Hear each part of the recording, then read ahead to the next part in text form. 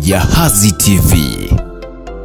Jambo mtazamaji wa Jahazi Online TV, ikiwa bado tupo katika kisiwa cha Pemba, kisiwa cha marashi ya karafuu.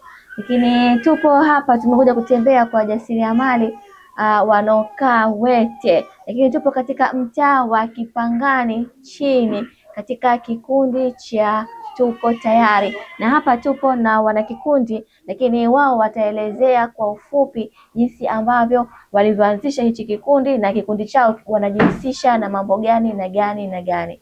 Karibu sana mama, tuelezee. Asante sana ndugu mtangazaji. Jina langu naitwa Bi Mkubwa Juma Mumbwa, ni mwenyekiti wa kikundi cha Tuko Tayari.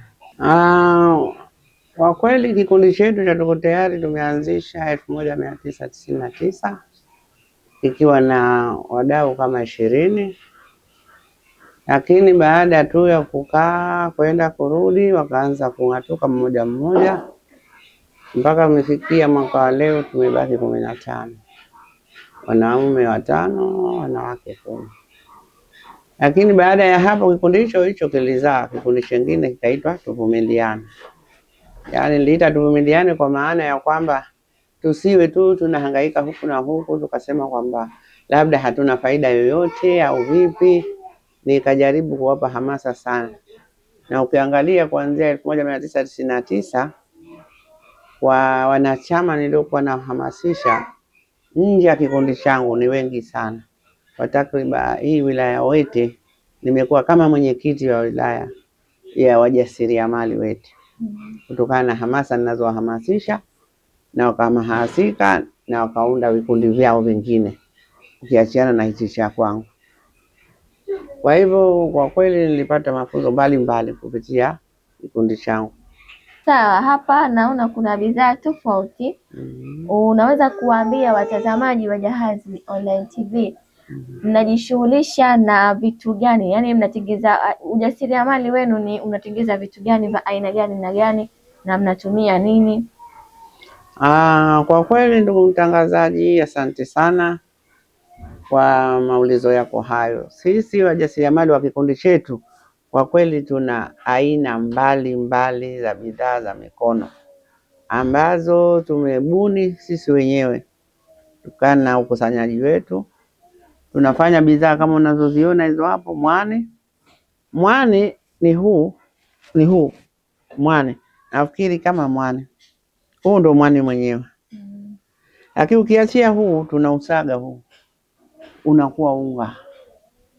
Unaona unakuwa unga, na unga ndo kama huu unaouona, huu ni unga wa mwani ambao ndo huu.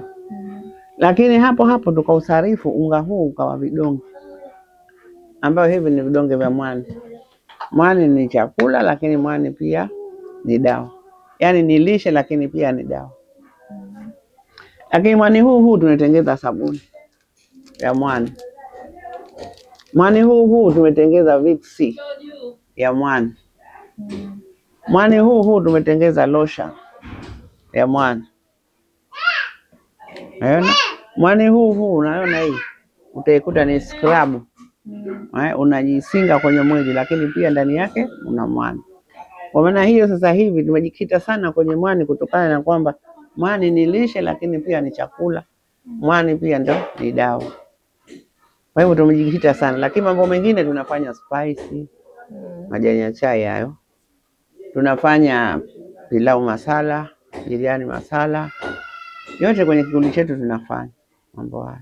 Na hizo spice pamoja na biriani masala unatumia mwani au? Spice tunatumia mwani, isipokuwa majani ya chai tu hatutumii mwani, lakini spice ya pilau tunatumia, biriani tunatumia, kwa sababu kila unapoweka mwani ni dawa. Kwa hivyo pia tunaweka huo. Lakini pia tuna na madawa ya asilia. Haya, unaweza kuambia watazamaji, huu hapa ni unga. Ni unga wa mwani. Huu unga unapikiwa uji au chai au juisi. Huu unga matumizi yake yani? Huu unga unaweza kupika uji. Unga huu unaweza kufanya juisi. Unaona ukaweza kunywa kwa njia ya juisi, lakini pia unaweza kunywa kwa njia ya uji. Unga huu unaweza ukala kwa njia ya vileja. Vileja vya mwani. Yaani ukapikia vileja. Ukafanya vileja vya mwani. Yaani unga ni kama vile mfano wa unga wa ngano na kupika vileja. Unafanya vileja, fanya uji, unafanya juisi. Sawa, na hii sabuni ya kuoshea vyombo au? Ya kuoshea vyombo, ya kuogea. Na hivi hapa ni udi au bani? Hivi hapa kwa vile saa nyingine wewe hujawahi kutumia mwani. Siku ukitumia unaweza kusema mbona mbaya? Una shombo. Sasa kwa ubunifu wetu wa kikundi chetu tukaona hata watu wote wapate kunywa mwani.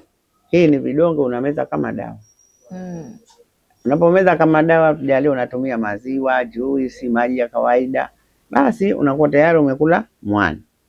Inasaidia nini hii? Hii inasaidia mambo mengi katika mwili. Kwanza mambo ya mifupa, kutoa mafuta ndani ya mwili, vidonda vya tumbo, gesi. Yaani hii mwani ukila wewe tatizo mengi yanaondoa kutokana na mwani. Kwenye kikundi chenu umesema kuna wajasiriamali ambao wengine wanaume. Na wanaume wao wanajishughulisha kufanya vitu kama hivi au wao kazi yao kusambaza bidhaa au kazi yao? Wanaume wao tumeweka kwenye sehemu ya kilimo. Mfano kama mambo ya spice tunalima mchaichai. Wao tumeatia kule. Ingawa sisi tunashughulika, lakini wao baada ya kuisha wanakwenda wanakata. Vile ushakuwa. Sasa wanakwenda wanakata, wanaleta, wanaupeleka mashine. Wao tumeweka na kazi hizo. Ukimaliza hapo wanaweza wakasambaza, kama vile unajua kama kwetu Pemba hamna soko la biashara kama hizo unapoona. Soko letu kubwa liko Sabasaba. Au kwenye simu. Saa nyingine mtu katumia anakupigia simu. Kwa hiyo soko kubwa kwa kwetu sisi kwa kweli ni Sabasaba. Baba yetu katujengea masoko 4. Mkoani, Chake, Wete, Tumbe. Lakini kwa sisi wajasiriamali sisi unaotuona, bidhaa zetu hatuwezi kuuza. Tukienda kwenye milango yetu kuuza, ina maana tunauza usingizi. Usingizi unaujua? Na dada. Unakaa haji hata mtu akwambia anakuja kununua hichi chupa kimoja. Unaona baba kajitahidi kwa kweli, tena tunampa hongera, wala hatuna cha kumlipa. Atakayemlipa ni Allah tu Subhanahu wa Ta'ala. Lakini kwa sisi hatuna la kumlipa. Sasa pamoja hujaniambia nitoe changamoto zetu, lakini sasa nataka tufanyiwe sehemu ya mnada japo Jumamosi na Jumapili. Yaani tunachukua hizo biashara zetu kwa wiki kwenda kuuza. Na katika soko lake hizi bidhaa zenu, soko lake ni nzuri sana. Hapo ndo tunapata wateja wa kutupigia simu, nimenunua dawa Sabasaba nataka hivi. Pale tunapata angalau ndo haijambo. Lakini tukimaliza Sabasaba tunarudi hapa tunakuwa kama tulikuwa hatujafanya kitu. Lakini kupitia Sabasaba ndo tunapata wale wateja wa kutupigia angalau simu. Bidhaa zenu mbali ya hapa Pemba mnatembeza kwamba kwa mfano Dar es Salaam au Unguja? Mbali ya hapa Pemba tunakwenda Morogoro, tunakwenda Mwanza, Geita. Wote huko tunakwenda na mpaka Jua Kali Nguvu Kazi. Nje ya nchi tunakwenda. Tukutwa tu na safari hizi. Kwanza kwa hilo namshukuru Mwenyezi Mungu. Kwa sababu tunapitia taratibu zinazotakiwa. Tunapokwisha kufanya biashara zetu hizi, tunapeleka kunakohusika. Kwanza bismillah, jambo la kwanza kama unavyoona hapo barcode. Jambo la pili ZPRA. Bodi ya vipodozi, yani kwenda kucheki vipi usalama wa dawa hizi.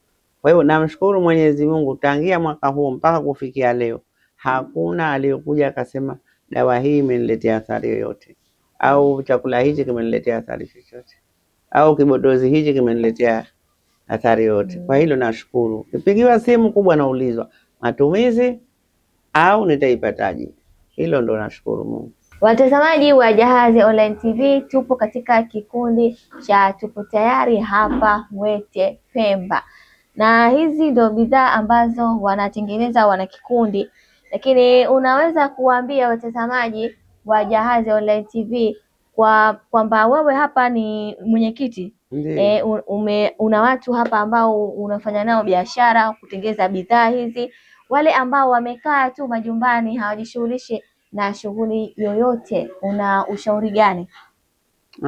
Kwa kweli sasa hivi kupitia kikundi changu cha Tuko Tayari ni vijana wengi au wana mama wengi, namshukuru Mwenyezi Mungu, ninapohamasisha wanahamasishika. Hususa sasa hivi umekuja na kikundi chengine, yani taasisi nyingine ambayo taasisi hii inatoka Tanzania bara. Taasisi hiyo kwa kweli imekusudia kuwakwamua wanawake wa Tanzania. Na uzuri wake hawachagui kwamba huyu mtu mzima, huyu mtoto au vipi. Ni yoyote atakayekuwa ni mwanamke na akahamasika, basi huwa anaingia kwenye taasisi ile, na anapoingia kwenye hiyo taasisi, basi hiyo taasisi bismillah inampa mtaji. Kumpa mtaji kivipi? Inampa mafunzo. Baada ya kumpa mafunzo, anakwenda anafundishwa kila kitu alichokuwa hakijui. Unaona, kupitia taasisi hiyo. Na taasisi hiyo mimi kwa huku Pemba ni makamu mwenyekiti. Sasa huwa najitahidi mara nyingi kuhamasisha vijana, hata wazee, lakini na vijana ndio wale, manake vijana unajua ndio nyie, lakini vijana wengi huwa sasa hivi hawataki kazi. Lakini namshukuru Mwenyezi Mungu, ninapowaita nikahamasisha, wanahamasika na wanajiunga kwenye kikundi hicho ninachokwambia TWCC. Wakikiunga tu, mwaka wa kwanza atakapopata mafunzo, mwaka wa pili na mtaji huwa hapo tayari. Yale mafunzo kashafanya mafunzo, si anafundishwa, basi akiondoka pale na mtaji wake nyuma. Sababu yeye anaweza kaambia wewe changia 50,000. Akichangia shilingi 50,000, anafanya yale mafunzo kama muda wa siku 4 au 3. Akiondoka pale anajua kila kitu.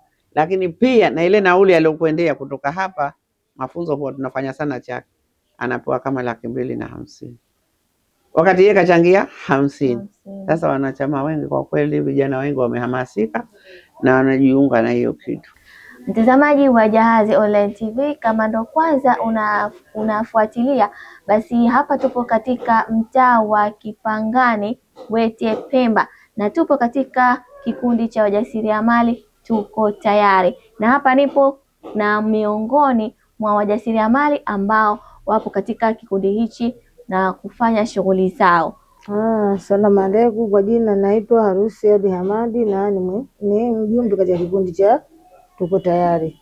Mimi ninalokuambia kwangu mimi ni kwamba kwanza watu wote wajiunge na vikundi vya ujasiriamali, kwa sababu sisi ndio tulikomboa. Sisi tulikuwa tunakaa nyumbani tunashona mmoja mmoja au tunafanya vitu mmoja mmoja, lakini baada ya kupata elimu kutoka kwa mama huyo hapo, jamani, tukaeni pamoja tufanye mtaji biashara kubwa, tuende kwenye maonesho kama ya Nane, kama huku tunaenda siku nyingine cha Manangwe. Tulikuwa tunakuwa waoga, lakini baadaye tena tukaanza kumfuata huyo mama, wafanya biashara zetu na tumeona mafanikio. Unaweza kuambia watazamaji wa Jahazi TV unafaidika, yani unajisikiaje kuja kwenye hichi kikundi? Najisikia raha sana, kwa sababu kwanza nimeachana na kukaa barazani kukaa na majungu ya watu. Mimi ninapoamka ninajua tu ndio nipate wapi bidhaa zangu, nifanye wapi, yani niko kwenye kazi saa yote tu nafaidika na ninapata chochote kwenye biashara. Ingawa kwa ujasiriamali kuna siku mtaenda sehemu, mtatoka hapa mpaka Geita mnakuwa hamuuzi mnarudi, lakini ujasiriamali ndio tumeshambua ni ujasiriamali. Unaenda kwingine tunauza, ndio biashara inavyokwenda. Kwa hiyo tumefarijika sana kwa kweli. Una ombi gani kwa serikali? Ombi langu mimi kwa serikali, tunaomba kwanza watupatie duka la vifungashio. Kwa sababu sisi tuko Pemba huku, hivyo vikopo ambavyo tunatumia mpaka tunachukua Dar es Salaam. Na Dar es Salaam ukienda unakuta hakuna, ni gharama. Kwa hiyo tunaomba kwanza hata kama tutakuwepo Unguja, alafu baadaye tuko Pemba, lakini Unguja Pemba ndani kwa Pemba tuna duka ambalo tutapata vifungashio. Alafu pia tutafutie masoko. Shida yetu ni masoko, kungojea 7 mpaka 7. Tukaona watu wengine wanajitoa kwenye vikundi, kwa sababu nakuwa unangojea mwaka mmoja mpaka mwaka mmoja tu tupate hata masoko tukauza nje, tupate masoko ya kwenda kupeleka. Hata kama hatutokwenda wenyewe, pengine kuna sehemu kama mwenye biashara zake wazinanunuliwa na kundi fulani, alafu kundi fulani wanaenda kuuza sehemu nyingine. Wanawake tukiwezeshwa tunaweza. Usikae nyuma mwanamama, jitume, jishughulishe kama wanamama wa kikundi hichi ambao wanajishughulisha na bidhaa zao nyingi zinatokana na kilimo cha mwani, na tumeona bidhaa nyingi ambazo wametengeneza hapa kwenye kikundi chao. Basi na hadi kufikia hapa ndo mwisho wa wa kipindi chetu cha Mzalendo, lakini kumbuka ya kwamba mwisho wa kipindi hichi ndio mwanzo wa kipindi kijacho. Ulikuwa nami mtangazaji wako Zainab Ali, lakini sambamba na mpiga picha wangu Mahmoud Abdulrazak, na hili ndio Jahazi Online TV. Safiri nasi na sisi ndo manahodha ambao tumekufikisha hadi hapa Wete Pemba. Nikuage, bye bye. Jahazi TV.